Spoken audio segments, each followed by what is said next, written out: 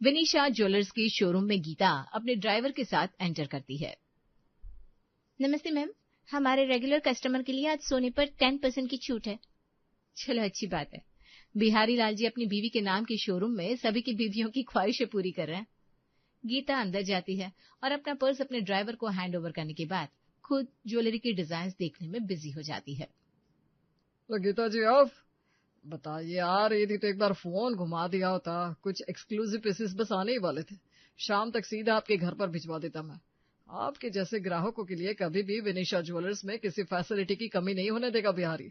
और चाय कॉफी नाश्ता किया कि नहीं आपने? कहाँ भैया? अभी तक मैम के लिए कॉफी नहीं आई। विनीता जाओ अभी मैम के लिए उनकी पसंदीदा ग्रिल सैंडविच और कैपेचिनो कॉफी लेकर आओ, और भोला के लिए कोल्ड ड्रिंक। साथ में समोसे भी हो जाए तो मुझे कोई दिक्कत नहीं है। सोने चांदी का मामला है ना, देखने में वक्त तो लगेगा ही मैडम को। भोलू हद करते हो तुम भी। नाश्ता मैं करके आई हूँ बिहारी जी, और इतना वक्त नहीं है कि कॉफी का कप भी खत्म कर पाऊं। मुझे जल्दी से 2-4 बेस्ट पीसेस दिखा दीजिए। गीता को ज्वेलरी सेट पसंद कर रही थी, तभी उसकी भाभी का फोन उसके फोन पर आता है। मैडम वो गौरी भाभी फोन कर रही है। क्या भाभी कॉल कर रही है? अरे तो रिसीव करो ना। हेलो भाभी, गुड मॉर्निंग। बड़ी देर कर दिया आज तो आपने कॉल करने में। अरे चूल्हा चौखा बर्तन झाड़ू पोछा इन सबसे फुर्सत मिले तब तो आपकी भाभी कुछ कर पाए दीदी। बस अभी नाश्ता बनाकर फ्री हुई हूँ, खुद भी नाश्ता नहीं किया मैंने। वैसे आप कहाँ है? घर पर तो नहीं लग रही। मैं ज्वेलरी शॉप आई थी भाभी, वो रात में फंक्शन रख दिया है ना मम्मी जी ने, तो उसी के लिए तैयारियां कर रही थी। वैसे एक सेट मुझे पसंद आ रहा है, आप एक बार देखकर कंफर्म कर दो तो डन कर देती हूँ। बैक कैमरे पर अपनी भाभी को एक ज्वेलरी सेट दिखाते हुए गीता उनसे पूछती है। देखो तो नीतू, कितना प्यारा सेट दिखा रही है दीदी। ये तो बिल्कुल वैसा सेट है ना भाभी, जैसा आपने अपने फोन पर स्क्रीनशॉट करके रखा है। धीरे। आप दोनों को पसंद आ रहा है ना ये सेट, तो मैं डन कर देती हूँ। अच्छा भैया, इसे मेरे मायके भिजवा दीजिएगा। अरे ये क्या दीदी, यहाँ क्यों भिजवाना? कैमरे में समझ में आ गया। अब वो लोग सेट लेकर यहाँ आएंगे, उसके बाद हम सामने से देखेंगे, फिर वापस आपके घर भेजेंगे। तब तक तो फंक्शन के लिए देर नहीं हो जाएगी क्या आपको? ये सेट मैंने आप दोनों के लिए पसंद किया है भाभी, कभी आप पहन लेना, कभी नीतू भाभी पहन लेगी। क्यों भाभी? दीदी ये सेट तो काफी महंगा वाला लग रहा है, मम्मी जी डांटेंगी नहीं? अपनी भाभीियों के लिए कुछ ले लिया तो इसमें मम्मी क्यों डांटेगी? क्या मजाक करती है भाभी। सेट भिजवा रही हूँ, वैसे मुझे भी कुछ पसंद करने में हेल्प कर दो। एक सेट मुझे भी लेना है और 2 कंगन भी। ये थी गीता और उसकी भाभीियों के बीच की ट्यूनिंग। गीता की शादी एक बहुत ही अच्छे घर में हुई थी, पर मायका उतना मजबूत नहीं था। पर इस चीज की कमी गीता अपने मायके वालों को कभी नहीं होने देती थी। अगली सुबह मिठाइयों के डब्बे और कुछ कपड़ों के साथ गीता अपने मायके पहुंचती है। प्रणाम माँ जी, आपको गोलू आ गया आपकी प्यारी बिटिया को लेकर। नकुल गौतम, देख तो कौन आया है। अरे गीता, इतने दिन बिता कर आती है ना तू कि मेरा जी खराब हो जाता है। अगर आज तू नहीं आती ना तो मैं तेरी सास को फोन लगाने ही वाली थी। एक शहर में होकर पूरे 3.5 महीने बाद आई है तू। बेटियां अगर हर तीसरे दिन मायके आकर बैठने लग जाए ना मम्मी, तो किसी और के घर से आई बेटियों की वैल्यू कम हो जाती है। ये गलत कह रही है दीदी, ये घर आपका है, आप जब चाहे आइए। गीता को देखते ही पूरा परिवार एक साथ हॉल में आकर उसे हर तरफ से घेर कर बैठ जाता है। इतना सब करने की क्या जरूरत है गीता? अच्छा लगता है क्या? तू यहाँ से जाती है तो इतना हम तुम्हें दे नहीं पाते, और तू वहां से इतना सब लेकर आती है। तेरे ससुराल वालों को भी अजीब लगता होगा ना? नहीं नहीं भैया, यहाँ से जाते हुए दीदी बड़े से शोरूम के आगे रुकती है और बहुत सारा सामान लेकर ही अपने ससुराल जाती है। फिर सबको बताती है कि अपने मायके से इतना कुछ लाई है। अपने मायके की बड़ी इज्जत रखती है दीदी उन लोगों के आगे। बोलो शांत बेटा। बस मुझे शांत कर देती हो दीदी। अगर तुमने इस गरीब को इतना प्यार ना दिया होता और अपने साथ अपने ससुराल ना ले गई होती तो मैं तुम्हारी इतनी डांट नहीं सुनता। सबसे ज्यादा प्यार भी अपनी दीदी को ही तो करता है ना भोलू, तभी तो दहेज में तुझे साथ ले गई। अरे नीतू, तुम यहाँ क्यों खड़ी हो? सारे गिफ्ट अंदर रखवाओ और जल्दी से जल्दी नाश्ता लगवाओ भी सबके लिए। इतने दिनों बाद घर का खाना खाकर गीता तो तृप्त हो गई थी। भोलू सब कुछ भूलकर आराम से ममता से अपने बालों की मालिश करवा रहा था। तभी गीता अपनी बड़ी भाभी के कमरे में जाती है और ड्रॉर में रखी गर्भ निरोधक गोलियां देख लेती है। ये आपकी पर्सनल चॉइस है भाभी, मुझे पूछना तो नहीं चाहिए, पर जितना मैं आपको जानती हूँ आपको तो बच्चों से बहुत प्यार है। फिर ये तो क्या करूं दीदी, इनका तो चलता हुआ काम ऐसे रुका हुआ है कि कुछ कहना ही नहीं। अब ऐसे में मैंने बेबी प्लान कर लिया तो फिर डिलीवरी का खर्च, बच्चे की दवाई का खर्च, मेरा खर्च, ये सब कैसे मैनेज होगा? पैदा होने के बाद बच्चा 2 साल का हुआ नहीं कि फिर उसके स्कूल का एडमिशन, इतने खर्चे मैं अभी इन पर नहीं डाल सकती, इसलिए थोड़ा प्रिकॉशन लेती हूँ। आप बच्चा प्लान कीजिए भाभी, उसका सारा खर्चा मेरा। बुआ अपने भतीजे के लिए इतना तो कर सकती है ना? और आपने ये मुझे अब तक बताया क्यों नहीं था? अच्छा, अब मैं चलती हूँ। प्रेम गीता को लेने दरवाजे तक आता है। अरे गीता, चलना है कि नहीं? पापा मम्मी ऑलरेडी थिएटर पहुंच चुके हैं, मुझे मूवी मिस नहीं करनी। जल्दी कीजिए दीदी, मेरा मतलब है मैडम, सर आ गया है। गीता प्रेम के साथ बहुत खुश थी और शायद गीता ये पहली ननद होगी जिसकी भाभी उसके आने की राह देखा करती थी। पर किसका वक्त कैसे और कब पलट जाए कोई नहीं जानता। भोला प्रेम को ऑफिस से ला रहा होता है, जबकि घर में ऑलरेडी 2 ड्राइवर है। तो तुम्हें क्यों रखा हुआ है गीता ने, समझ में नहीं आता मुझे। अरे गाड़ी चला रहे हो भोला की घोड़ा? 70 की स्पीड पर गाड़ी चलाने के लिए आप ही कहते हैं ना सर, उसी स्पीड पर गाड़ी चला रहा हूं। तुम्हारा कोई गांव वाव है क्या? एक काम करो ना, कुछ महीनों के लिए अपने गांव चले जाओ, जब जरूरत होगी तो बुला लूंगा। क्या हुआ सर, कोई गलती हो गई क्या मुझसे? आप तो जानते हैं सर मेरे घर वालों की हालत कैसी है। यहाँ मैडम ने मुझे काम पर रखा हुआ, इसलिए मेरा घर चल पा रहा है। इतने दिन पैसे जमा किए होंगे तुमने, थोड़ी बहुत मदद में यहाँ से भिजवा दूंगा। अब 2-3 महीने काम पर आने की जरूरत नहीं है, और इस बारे में अपनी मैडम से कुछ भी मत कहना। अपने मालिक की बात मानकर शाम को ही अपना सामान बांधकर भोला अपने गांव निकल जाता है। गीता उसे लगातार फोन लगाती रहती है, पर उसका नंबर स्विच ऑफ आता है। पता नहीं क्या हो गया भोला को। तुमने देखा क्या प्रेम उसे? मेरा फोन ही रिसीव नहीं कर रहा। अरे कोई बेटर काम मिल गया होगा उसे, बेटर सैलरी पर। वैसे भी जब तक पैसे है ना, तभी तक रिश्तेदार, दोस्त, यार सभी आपके आसपास रहते हैं, वो भी जिस पर आपके रहमो करम हो। प्रेम, सब कुछ ठीक तो है ना? तुम इस तरह बात क्यों कर रहे हो? हमारी दोनों फैक्ट्रियों को सील कर दिया गया है एक ही रात में। क्या? कैसे? और किसी ने मुझे बताया क्यों नहीं? घूस का जमाना है। पेपर पास करने के लिए कुछ पैसे मांगे गए थे मुझसे, मैंने घूस देने से मना कर दिया तो घुमाकर मटेरियल की क्वालिटी पर सवाल उठा दिया गया, और माप से लो ग्रेड मटेरियल के यूज का एक्यूजेशन लगाकर फैक्ट्री को सील कर दिया गया। सभी एम्प्लॉइज को ऑफिस से छुट्टी देकर आया हूं मैं, और करता भी क्या, उनकी सैलरी देने के पैसे नहीं थे मेरे पास। पर ये सब अचानक कैसे? कुछ दिनों पहले मम्मी ने जो पार्टी नहीं रखी थी, पता नहीं कहां से लोग बुलाए लिए थे, किसने कैसी नजर डाली हमारी जिंदगी पर पता नहीं, सब कुछ तबाह हो गया। घर के नौकरों को तुम छुट्टी दे देना, अब उनको सैलरी कैसे दी जाएगी गॉड नोस। कुछ नहीं हो सकता। हो तो सकता है, लॉयर अपॉइंट करना होगा, फिर हम यहाँ से केस डालेंगे। सलटने का तो ये मसला 2 दिन में भी सलट सकता है, और नहीं तो पता नहीं कितने साल लग जाएंगे। अगली सुबह उठते ही गीता सबसे पहले अपने लॉकर से सारे गोल्ड सेट निकालती है और फिर अपनी सास के पास जाती है। OMG बेटा, मेरे गहनों के सेट क्यों मांग रही हो? सब कुछ ठीक तो है ना? हाँ मम्मी जी, वो क्या है ना, प्रेम कह रहे थे कि आजकल दिन दहाड़े चोर व्यापारियों के घर पर चोरी कर रहे हैं, इसलिए हम सारी ज्वेलरी बैंक के लॉकर पर रखवा रहे हैं, और कुछ दिन तक कोई शो ऑफ, कोई दिखावा, कोई पार्टी नहीं करेंगे। अब दिखावे से जरूरी तो जान है ना।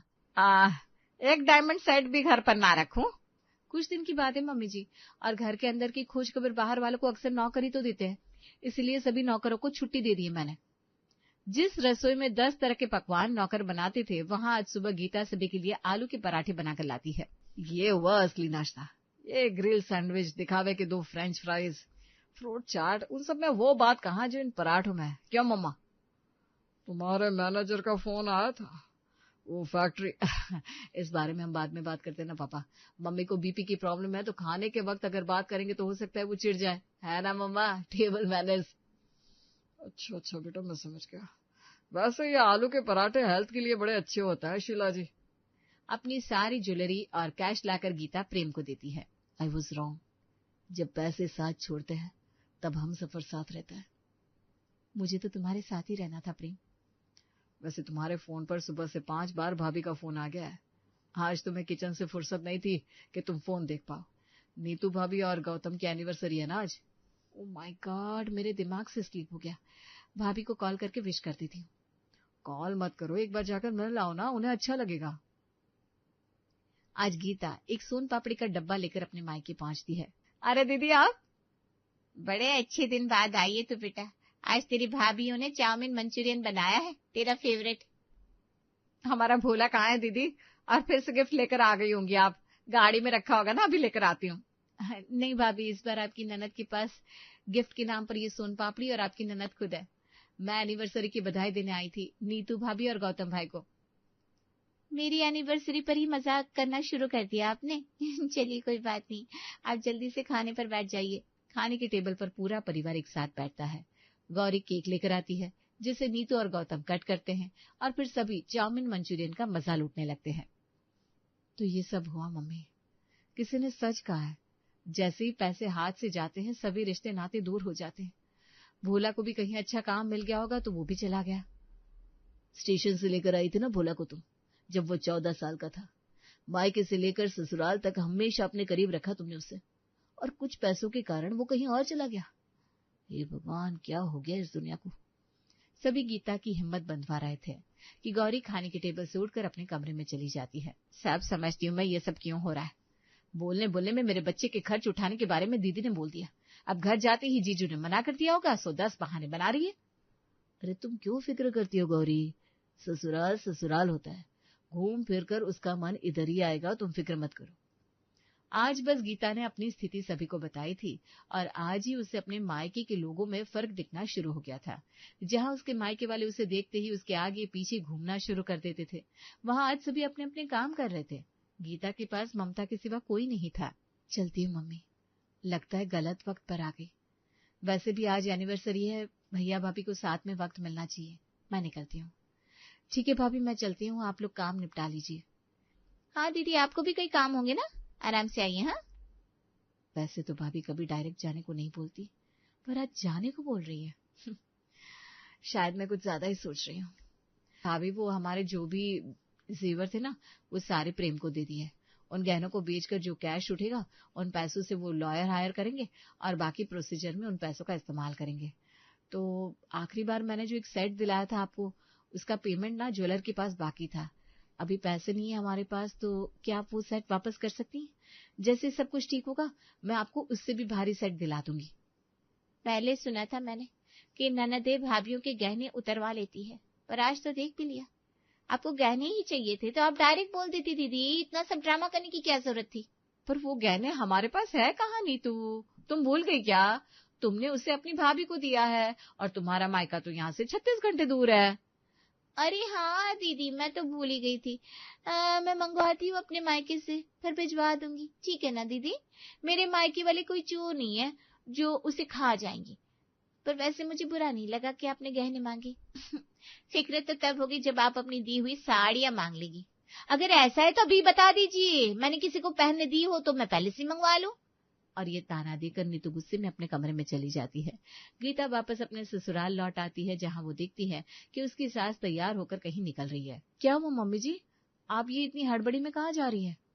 तुम लोगों को क्या लगा तुम मुझे बताओगे नहीं तो मुझे कुछ खबर नहीं लगेगी?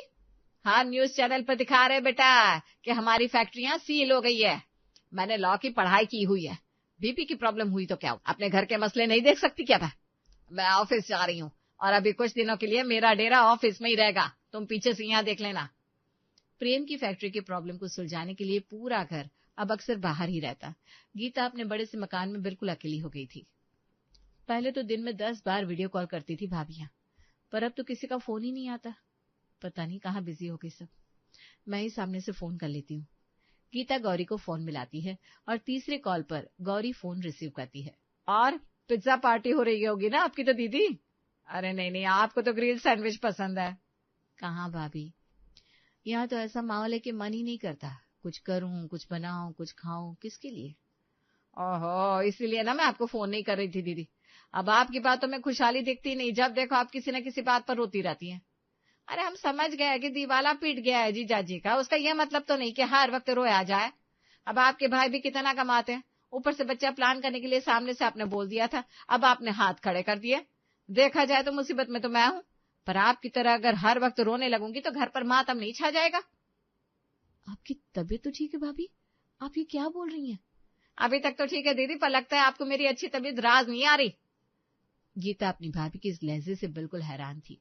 वो फोन रख देती है और कुछ देर बाद सीधा अपनी माँ को फोन लगाती है। घर में कोई बहस वहस हुई है क्या मम्मी? जरूर तुमने भाभी को कुछ कह दिया होगा जो गुस्सा मुझ पर निकाल कर गई है भाभी। सही में गीता, यानी कि गौरी और नीतू सही थी। अब तुम भाभी और ननद के बीच की बातें भी मुझे बताओगी ताकि मेरा बीपी बढ़ जाए और मैं जाकर अपनी बहुओं को खरी खोटी सुना दूं।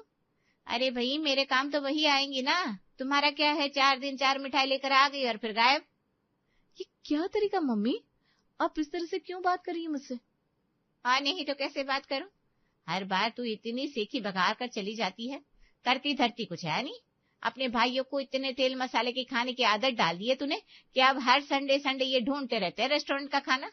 पर अब तो तू ऑर्डर करती नहीं, तो मेरे ही घर का माहौल खराब हुआ ना। रात को जब सब खाने पर बैठे ना, तो एक बार फोन स्पीकर पर रख के मुझसे मिलाना मम्मी, मुझे सबके लिए कुछ ऑर्डर करना है। रात के 8 बजे ऑर्डर की बात सुनते ही पूरा परिवार साथ में बैठकर गीता को फोन मिलाता है। मैं तो दम आलू ही खाऊंगा गीता, और तू क्या खाएगा गौतम? करेले की सब्जी। पर आप लोगों के सामने तो वो भी मीठी हो जाएगी नहीं भाई। आप लोगों ने तो मुझे बाजार में बिकने वाली सब्जी समझ लिया है, जो सुबह के 6 बजे ताजा रहती है और सभी को चाहिए होती है। पर 11 बजते बजते उन मुरझाई हुई सब्जियों के दाम ना बराबर हो जाते हैं, फिर उन्हें कोई नहीं पूछता। पर सब्जी और इंसान में फर्क होता है। जब प्रेम का बिजनेस अच्छा चल रहा था तो क्या कुछ नहीं किया मैंने आप लोगों के लिए, और उस वक्त मैं सबकी प्यारी थी। अभी मेरे हालात खराब क्या हुए, आप सबने तो रंग ही बदल लिए। और तुम माँ, ये पूछने के बगैर कि मेरे ससुराल में सब कुछ कैसा है, तुम मुझे ताने दे रही हो। पर तुम सही थी, गलती मेरी हो गई। जब मेरे पास सब कुछ था तभी मुझे बाकी ननदों की तरह अपने मायके वालों से दूरियां बनाकर रखनी चाहिए थी, और अब मैं यही करूंगी।